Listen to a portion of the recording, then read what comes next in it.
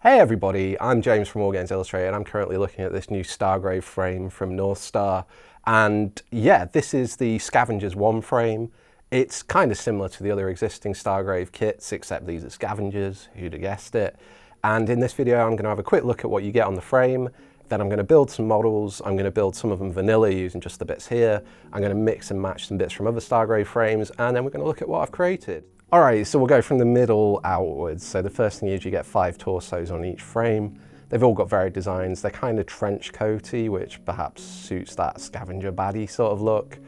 And then you get to the weapons. They're a bit more low grade, quite an eclectic selection. You've got ones with the sets of arms here, and there are a few solo weapons like the pistols and things. Quite a lot of kit on here as well. You've got some cool little axes and ammo packs and things like that as some sort of techno mace, shall we call it, and some really nice backpacks which are going to look great. I guess the bonus to this is you can mix these parts onto your existing crew if you want to upgrade them as well. And then there's some empty hands here and some resting hands. And then the heads, there's tons of heads. Quite a lot of them seem to be like modified versions of existing heads, so it'll be one of the heads that was already on a frame but it's got extra bionics or it's got some extra gribbly bits added on. I'm quite excited to get into these and see what I can make with them, so let's do that.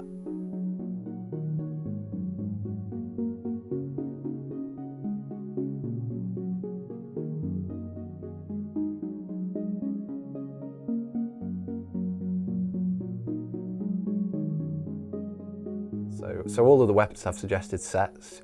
You've got 9 and 9 here, but I'm going to mix and match them. But I think for the matched arms, that would be really helpful.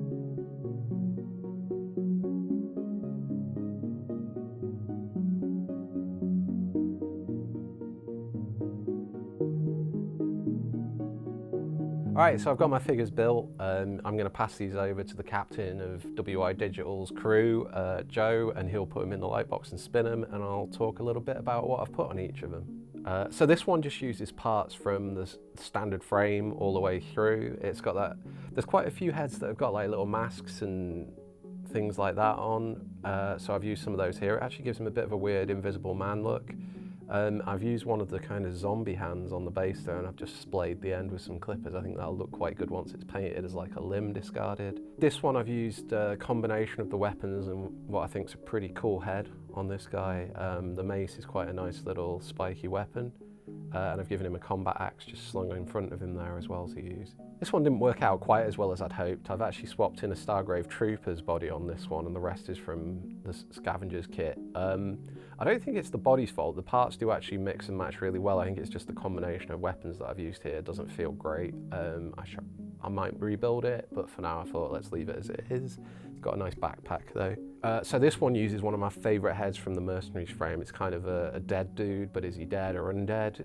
And I've given him a big gun from the Scavengers frame, a different backpack, and then some of the extra ammo from the Scavengers frame. I think that all adds up really well. He's got kind of a weighted look, and the backpack gives him a bit more of a hunchback as well, which adds to the undead feel. All right, quite a lot of bits from different kits here. I've developed this theme of giving monkeys giant rocket launchers, so I've continued that with the monkey with the gas mask here. He's got his rocket launcher from a different frame. He's got some extra kit. I've slung grenades from the Scavengers frame across his back and a backpack from that frame. I've put a mace on the base just to add a bit of extra detail, but yeah, he's kitted up, and I think he's one of my favourites of this. The one thing I'm less keen on with these figures, the heads don't sit great on the torsos, and I think that's because sometimes it's rounded bases to the heads, but all of the joint points are flat. You can obviously trim them down, but I just wanted to stick them together as they are. That could be improved. Alright, and as this figure's spinning around there, move your cursor or your finger down to the bottom of the video, and how about giving it a like, maybe subscribe to the channel and give us a follow if you haven't done already, otherwise he's going to come and blows you up. Here I've used some of the bits which I've realised are for plague zombies, which is a nice little addition to the scavenger frame with the arms and the head, but I've actually put these on a trooper body to give it a bit of a kind of abandoned space station, Dead Space Doom sort of feeling. It actually works really well, and you could also make good casualties out of these, you know, abandoned dead people on a different base, just to differentiate him. Here I've used one of the zombie heads on the base of this one. I've just trimmed the underside of it down a little bit with clippers so it sits a little bit more on the base comfortably, and once that's got some texture upon it, should look pretty good. Another pretty successful build there, I think. He looks quite cool.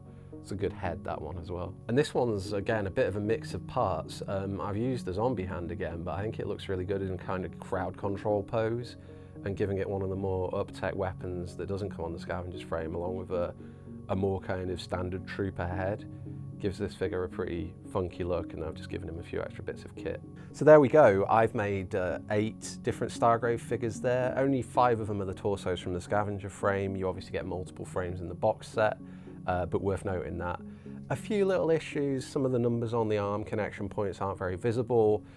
Some of the connection points could do with being rounded when they're flat, but these are minor quibbles in what is becoming a really great sci-fi building set. It's kind of becoming Lego for Stargrave, which is all good with me.